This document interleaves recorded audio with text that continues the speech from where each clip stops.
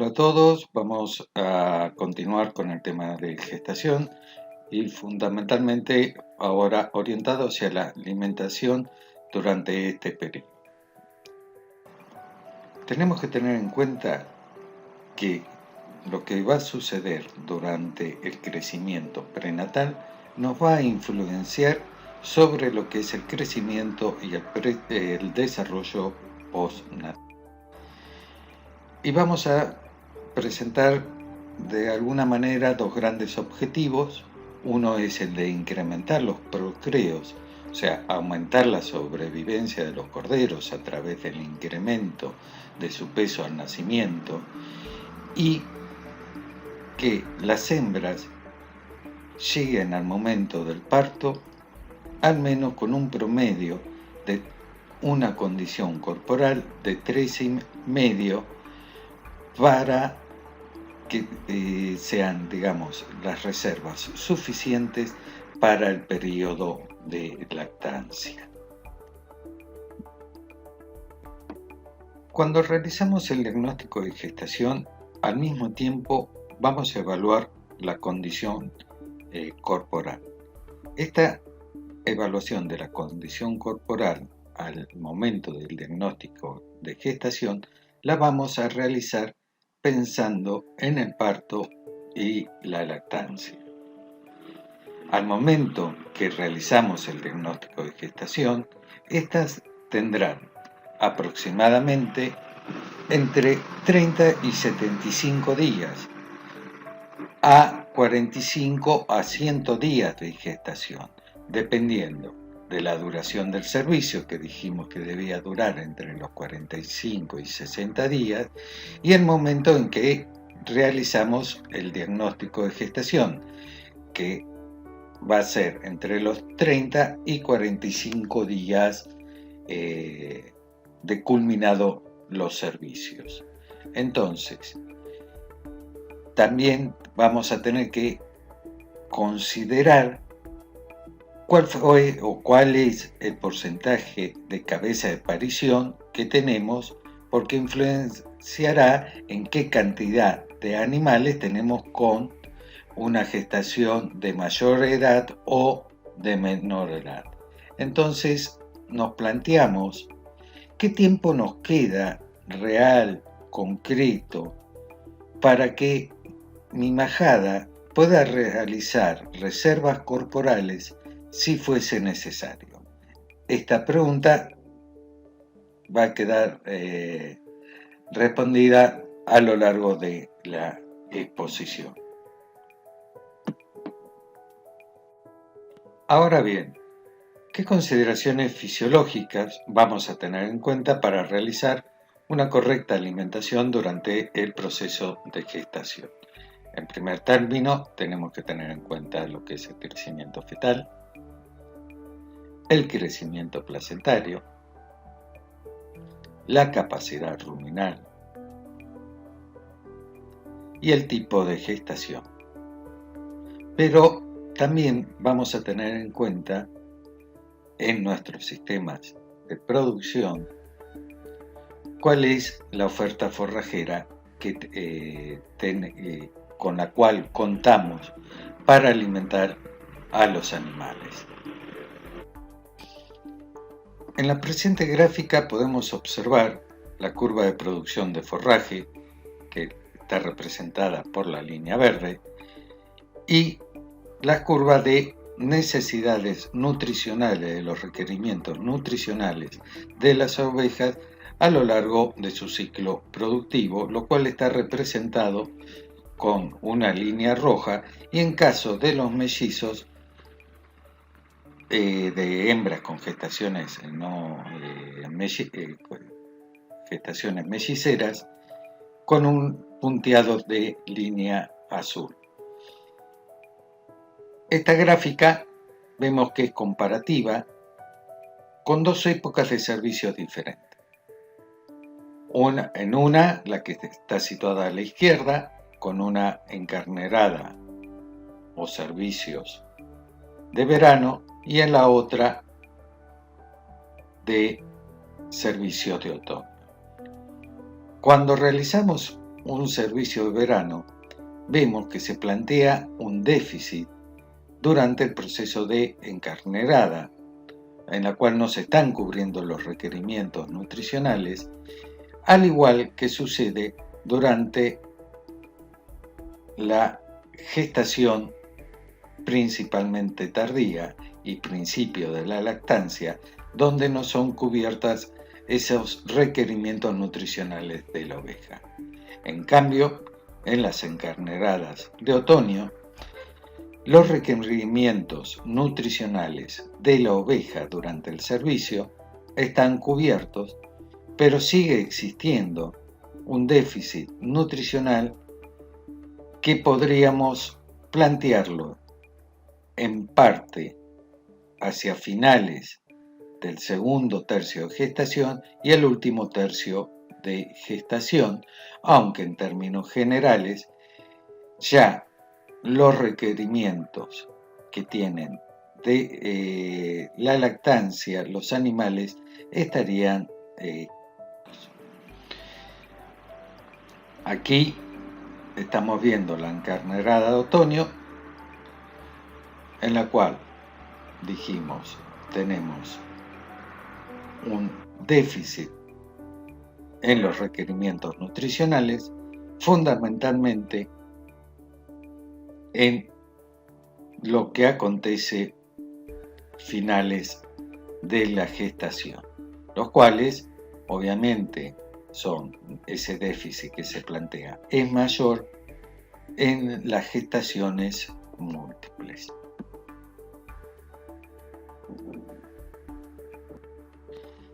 Entonces, si tenemos en cuenta la curva de crecimiento del feto, además de la glándula mamaria, observamos que estos órganos, en el caso de la glándula mamaria y el feto, crecen durante el último periodo gestacional. Por lo tanto, al no estar cubiertos los requerimientos, ese crecimiento se va a estar produciendo fundamentalmente a expensas de reservas corporales.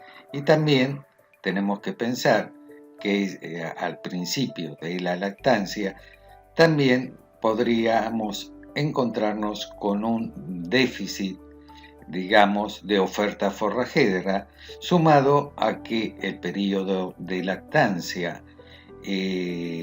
produce un balance energético negativo en el animal, ya que es prácticamente imposible, o digamos lo que es muy difícil, cubrir con la totalidad de esos requerimientos de lactancia. Por lo tanto, tenemos que tener una muy buena condición corporal, muy buenas reservas corporales, ya realizadas para el último trimestre de la gestación y principios de lactancia, para que este animal lleve a cabo sus funciones fisiológicas y el crecimiento normal de ese feto,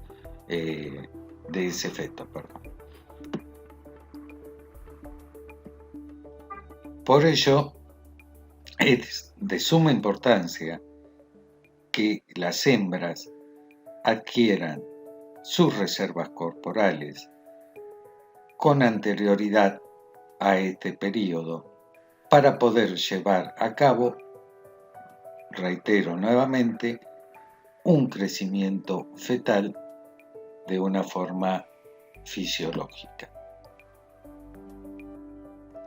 Entonces, tenemos que el crecimiento del feto se produce en el último tercio de gestación. Durante el primer tercio de la gestación, entonces tenemos que pensar en realizar reservas corporales, fundamentalmente pensando en ese crecimiento fetal y en la lactancia futura de esa hembra, y además porque a medida que avance la gestación, la capacidad ruminal de esa oveja, de ese individuo, disminuye, dado que el exacerbado crecimiento del feto y de los líquidos fetales, o sea, del concepto, durante el último tercio de gestación, ocupa gran parte del volumen abdominal.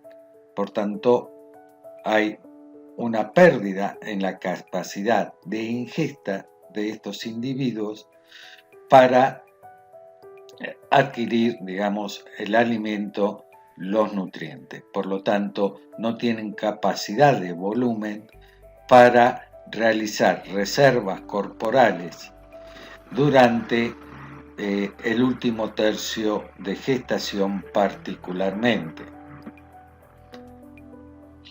Durante el segundo tercio de la gestación, tenemos que estar pensando en el crecimiento placentario y la miogénesis, ya que la placenta en los pequeños rumiantes crece particularmente hasta el día 70, 90 de la gestación y luego mantiene su tamaño, su peso.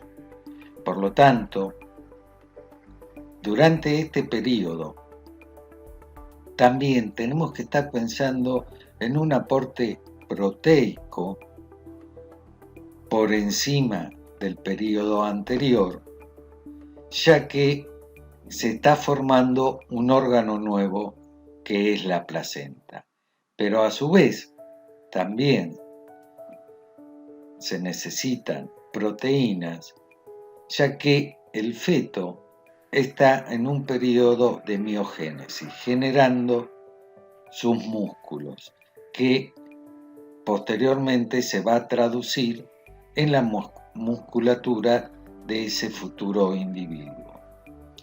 Por último, en el último tercio de gestación, tenemos que estar pensando en ese crecimiento fetal que va a ser exponencial y en la adipogénesis que se produce en ese momento, ya que afectará la calidad, digamos, marmórea, principalmente de esa futura canal.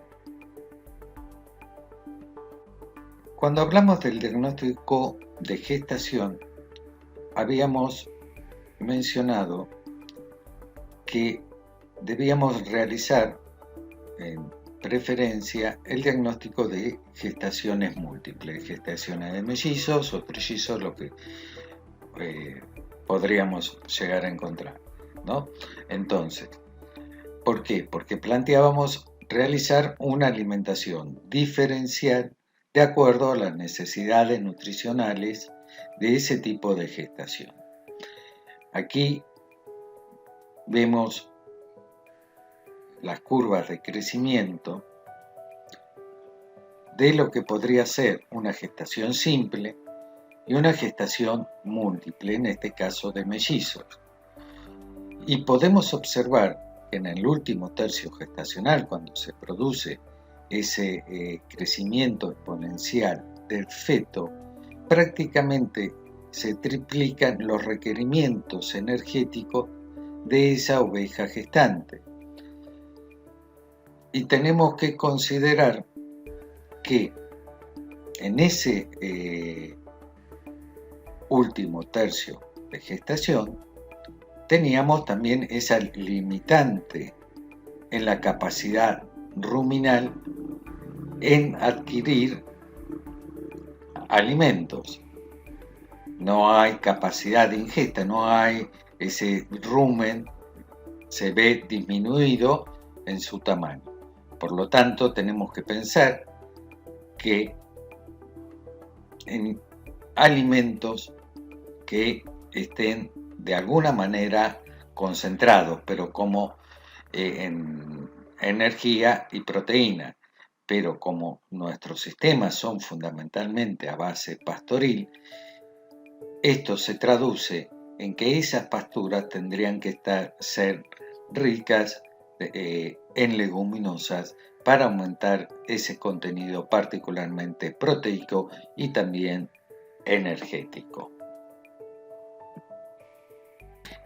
Habíamos mencionado que lo que ocurría durante el transcurso de la gestación iba a repercutir en el desarrollo o en el crecimiento de ese cordero como individuo. Y esto fundamentalmente se da ya que durante el crecimiento prenatal ocurre en relación a lo que es la producción de carne, la miogénesis y la adipogénesis. Tenemos que pensar cómo se origina esa masa muscular y esa grasa corporal. Durante el primero y segundo tercio de la gestación es cuando ocurre la miogénesis. Durante el primer tercio, la miogénesis primaria, y durante el segundo tercio, fundamentalmente, la secundaria, y en el último tercio gestacional, la hipertrofia muscular.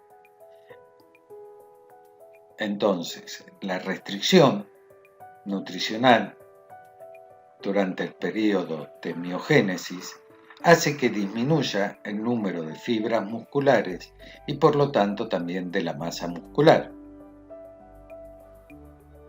Y la restricción nutricional durante el último tercio gestacional va a reducir la hipertrofia del músculo, disminuyendo el peso del nacimiento de ese individuo.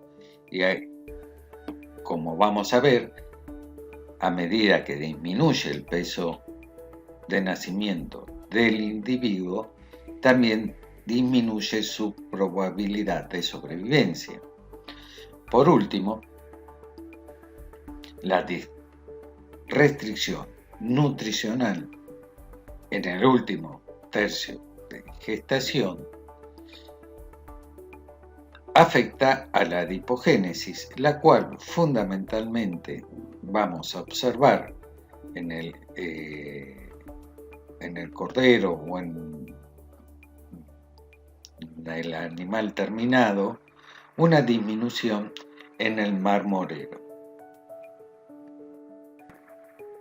Pero no solo nos afecta la futura producción de carne, una mala alimentación durante el crecimiento prenatal. También nos va a afectar lo que es la producción de lana, a partir de que se pueden ver afectado lo que son la generación de los folículos primarios y los folículos secundarios. Entonces, la deficiente nutrición durante el último tercio de la gestación nos va de cierta manera a restringir la capacidad futura del animal en la producción de lana, al alterarse la formación de los folículos secundarios. Y también, posteriormente, tenemos que pensar en esa nutrición postnatal, ya que se va a retardar la formación de los folículos secundarios, tanto si hay una restricción alimenticia durante el último tercio de gestación y el periodo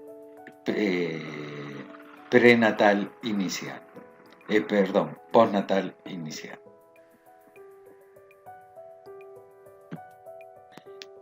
Entonces, si pensamos que la oveja llega con una buena condición corporal al parto, es que ha habido de cierta manera un buen proceso de alimentación durante la gestación.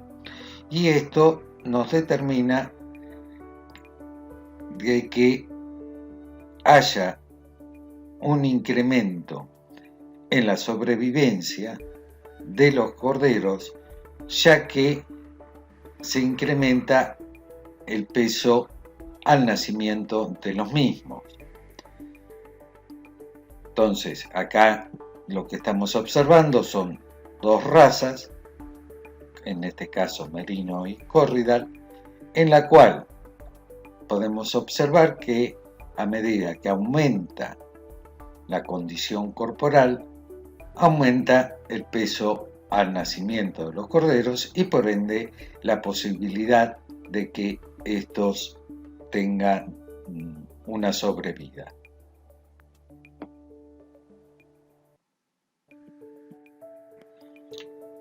En la presente gráfica podemos observar que a medida que aumenta el peso al nacimiento de los corderos, disminuye el porcentaje de mortalidad, o sea, aumenta la probabilidad de sobrevida a medida que estos son más pesados.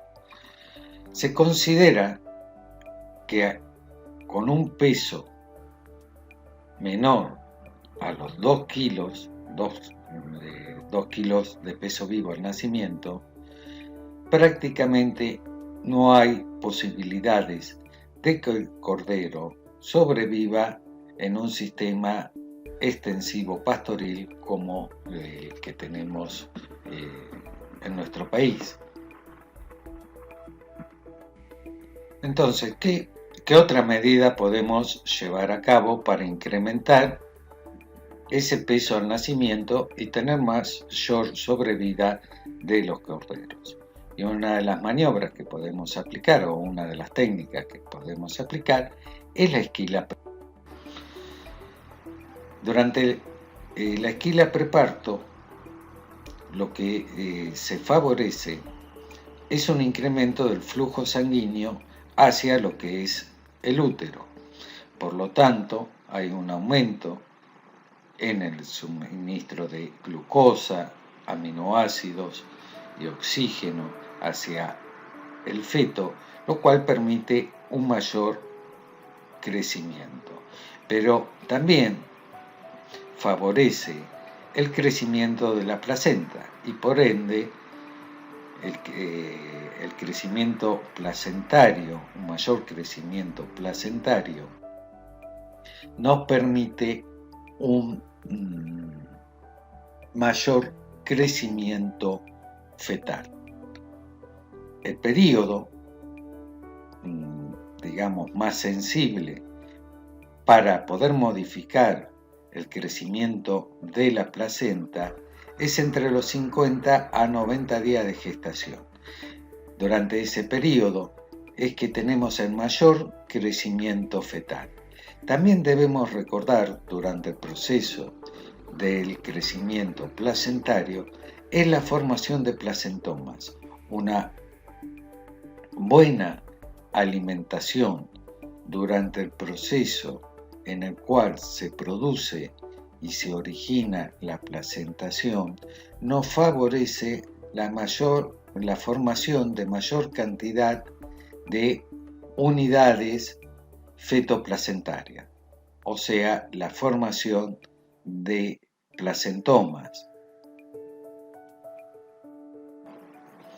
Entonces, la esquila preparto permite mejorar el peso de la placenta y de esta manera aumentar el peso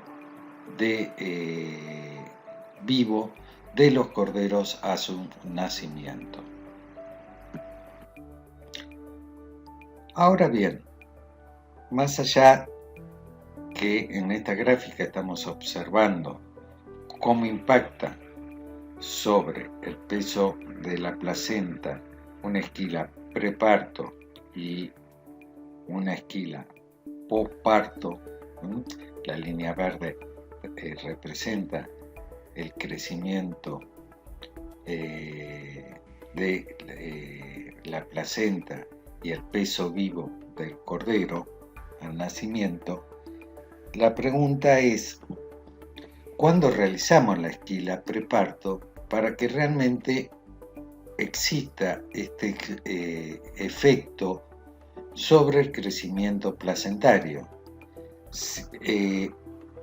Ustedes habrán visto que en términos generales la esquila preparto con miras a la producción de lana se desarrollaba aproximadamente 30 días antes de la aparición. Ahora bien, si nosotros pensamos que la placenta crece fundamentalmente durante el segundo tercio de la gestación y que era el periodo más sensible a sufrir ese crecimiento, ya que crece hasta el día aproximadamente 90 de gestación, si la realizamos un mes antes del comienzo de los partos, no vamos a tener un gran efecto sobre la placenta. Nos estaríamos situando entre el día 100, 120 de gestación de estas hembras. Por lo tanto, si nosotros buscamos que haya un efecto, o principalmente un efecto sobre la placenta, cosa que me interesa en la producción de carne, la esquila preparto la tendré que hacer con anterioridad. En términos tal vez prácticos, tendría que estar pensando en realizar esa esquila preparto, ni bien haga el diagnóstico de gestación.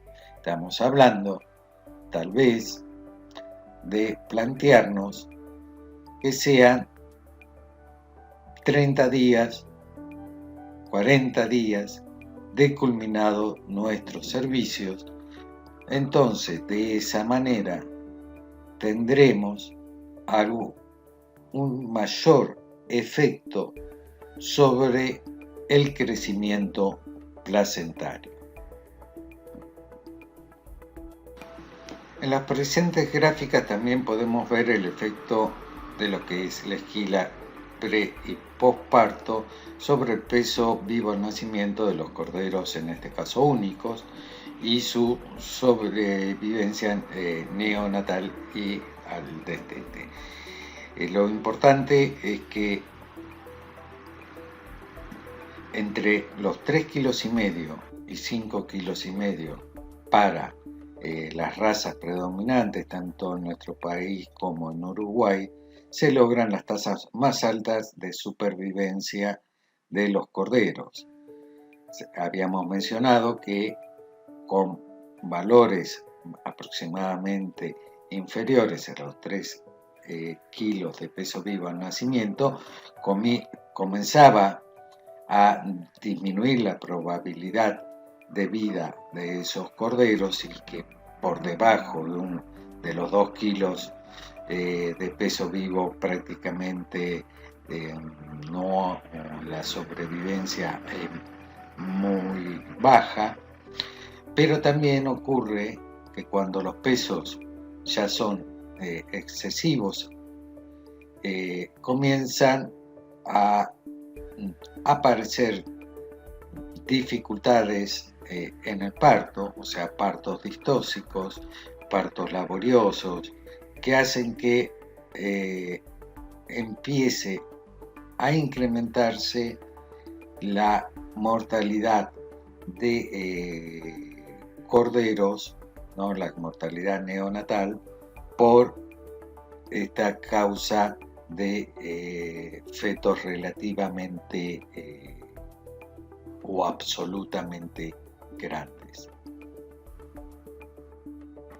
Además de la esquila preparto, podemos llevar a cabo un flashing nutricional preparto para tratar de incrementar la sobrevida de corderos. Este flashing preparto fundamentalmente va a tener impacto sobre la producción de calostro.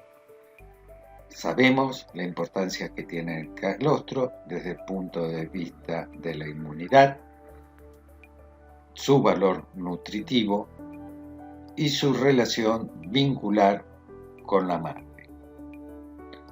Los requerimientos de los corderos, al menos son de 200 a 250 gramos por kilo de peso de cordero de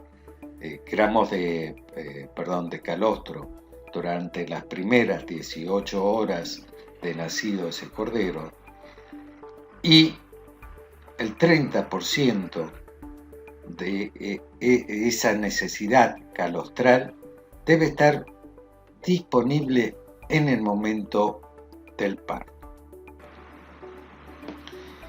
Entonces, lo que podemos observar es la producción de calostro durante las primeras 18 horas postparto en ovejas que están alimentadas de acuerdo a sus requerimientos, y estos requerimientos están en base a que tenga un cordero o 2 corderos. Y estamos hablando de valores entre los 750 gramos aproximadamente, la producción, y los 1300 gramos. ¿Y cómo incrementamos esa producción de calostro? Dijimos a través de una suplementación previa al parto.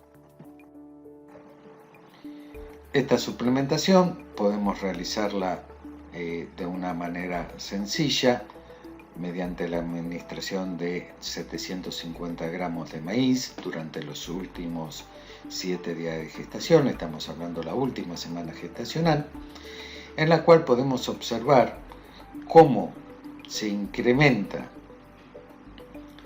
la producción de calostro a las primeras 18 horas de parida. Si observamos los valores de los controles, en el caso de los únicos estamos en los 700, 750, y en una producción de 1000 gramos de calostro, y en los mellizos, en los controles prácticamente en 1000, y prácticamente se duplica esa producción calostral cuando se suplementa en ovejas melliceras. En vez de maíz podemos también utilizar otro elemento, en este caso también energético, como es la cebada, donde también se incrementa la producción de calostro comparativamente con los controles. También se puede suplementar mediante la utilización de pasturas. El cambio de pasturas, habrán visto que también habíamos hablado que siempre hay que reservar para el momento del parto un potrero de parición, el cual tiene que estar bien pastado, y sobre todo pensar que tenga contenido en leguminosas, lo cual aportará una base proteica importante y también energética. En este cuadro estamos viendo lo que es la supervivencia de corderos a campo natural, y cuando ese campo natural es, las ovejas son suplementadas, y cuando las ovejas se hallan en unas pasturas en base al Lotus Macu, en base a una leguminosa. En cualquiera de estos dos últimos casos, o sea, un campo natural más una suplementación o un campo rico en leguminosas, observamos que el porcentual de supervivencia es mucho mayor frente al campo natural, lo cual justifica este tipo de suplementación para como técnica para lograr una mayor supervivencia de los corderos. También este efecto dependerá de la condición corporal que tengan las ovejas al momento del parto, ya que pensemos si tienen una buena condición corporal las ovejas, su producción calostral también va a ser buena. Nosotros hicimos reservas energéticas no solo pensando, dijimos en la lactancia, y cuando hablamos de lactancia también hablamos de este primer periodo que es muy importante, que es el periodo calostral. A modo de conclusión, podríamos decir que alimentemos hoy pensando en mañana. Lo que hoy estamos realizando lo vamos a ver recién sus consecuencias en el próximo periodo.